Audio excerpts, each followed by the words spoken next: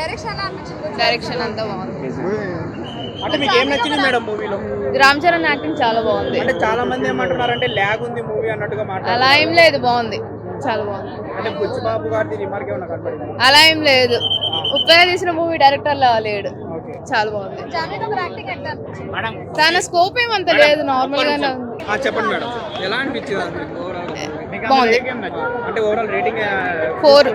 జాన్వీ కపూర్ గారికి అసలు క్యారెక్టర్ లేదు అందులో, కానీ క్రియేట్ చేశారు అనేసి అలానే ఉంది. అంటే రామ్ చరణ్ గారి డాన్స్ కానీ రామ్ చరణ్ డాన్స్ బానే ఉంది, స్పోర్ట్స్ కూడా బాగుంది. రామ్ చరణ్ మీకు ఏం నచ్చింది అసలు మూవీలో? బాగుంది అన్ని బాగున్నాయి అంటున్నారు కదా, మీకు ఏం నచ్చింది మూవీలో చెప్పుకోవడానికి? రామ్ చరణ్ యాక్టింగ్ బాగుంది.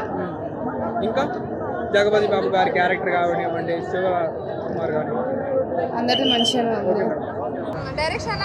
డైరెక్షన్ అంతా బాగుంది. అంటే మీకు ఏం నచ్చింది మేడం మూవీలో?